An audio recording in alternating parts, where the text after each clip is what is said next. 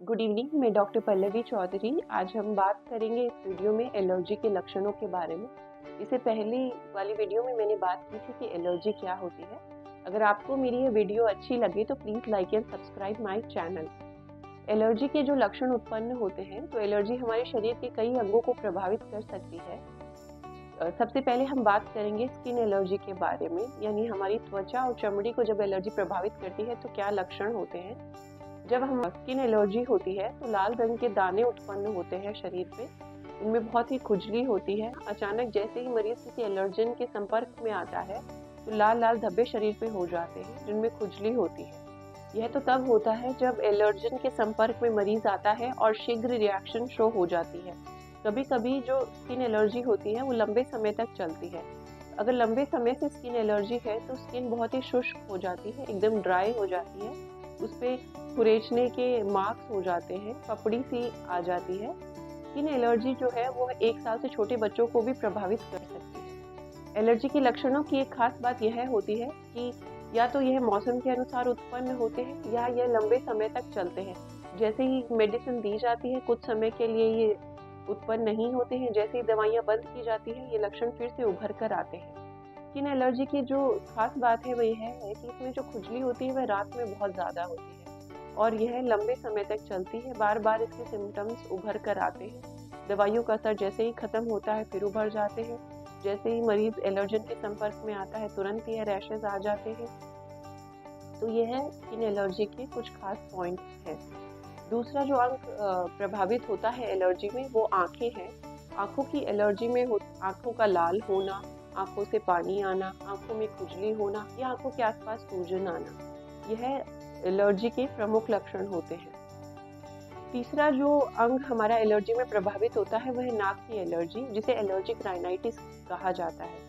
इसके प्रमुख लक्षण होते हैं नाक से पानी आना, लगातार छींकें आना, कई लोगों को सुबह के टाइम छींकें ज़्यादा आती हैं, या जैसे ही वो एलर्जन के संपर्क में आते हैं, कोई पॉलन ग्रेन, डस्ट, जिससे भी एलर्जी है उसके संपर्क में आएंगे तो तुरंत छींकें चालू हो जाती हैं। नाक में खुजली होना।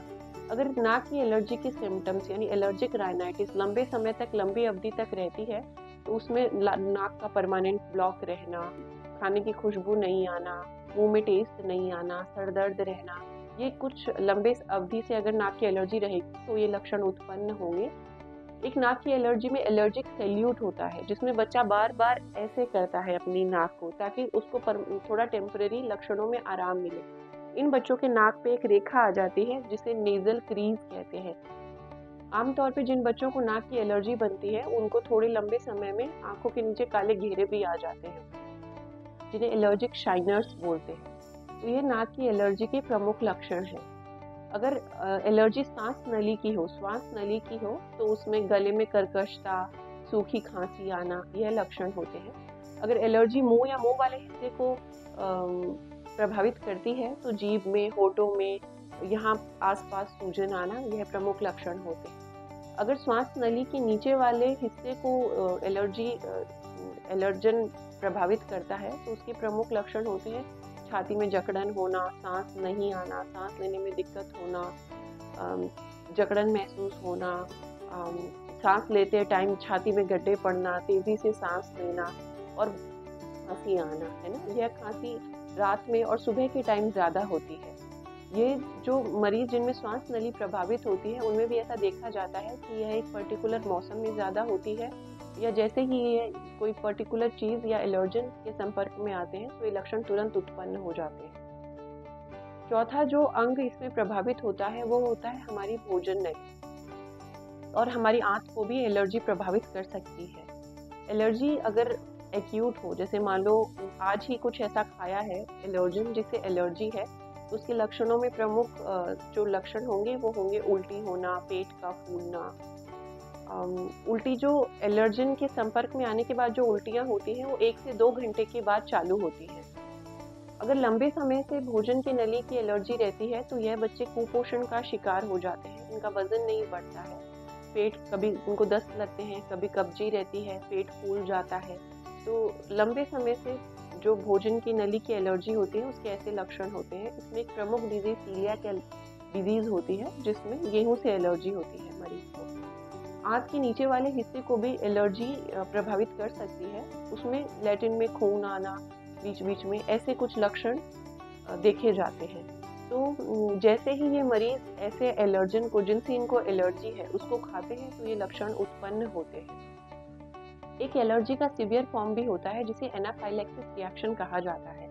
एनाफाइलैक्सिस रिएक्शन में मल्टी सिस्टम, बहुत सारे अंग एक साथ प्रभावित हो सकते हैं। यह एलर्जी का एक गंभीर रोग है और अगर इसमें सही समय पे इलाज ना मिले तो ये घातक हो सकता है। इसके प्रमुख लक्षण होते हैं दिल की धड़कन बढ़ना, जी मिचलाना, चक्कर आना, बेहोशी होना, चेहरे पे सूजन आना, श्वास नली की सूजन होना। तो सीवियर एनाफाइलैक्टिक रिएक्शन जो एक एलर्जी का पार्ट है, वह बहुत ही घातक हो सकता है और इसे हमें गंभीरता से लेना चाहिए। एलर्जी कुछ मरीजों में हल्की होती है जिसमें कभी कभार लक्षण आते हैं, कुछ मरीजों में यह बीच बीच में प्रभावित करती है, तो कुछ में यह लक्षण लगातार भी चलते रहते हैं, ऐसा देखा जाता है। एलर्जन के संपर्क में आते ही शीघ्र प्रतिक्रिया भी हो सकती है, तो थोड़ी देर से भी लक्षण आ सकते हैं। तो अगर आप ऐसा कुछ अनुभव कर रहे हैं तो अपने आसपास के पीडियाट्रिशियन से आज ही संपर्क करें। अगर आपको मुझसे कुछ पूछना है तो आप नीचे कमेंट्स कर सकते हैं। आपको मेरी वीडियो अच्छी लगी, ज्ञानवर्धक लगी तो please like and subscribe my channel. Thank you.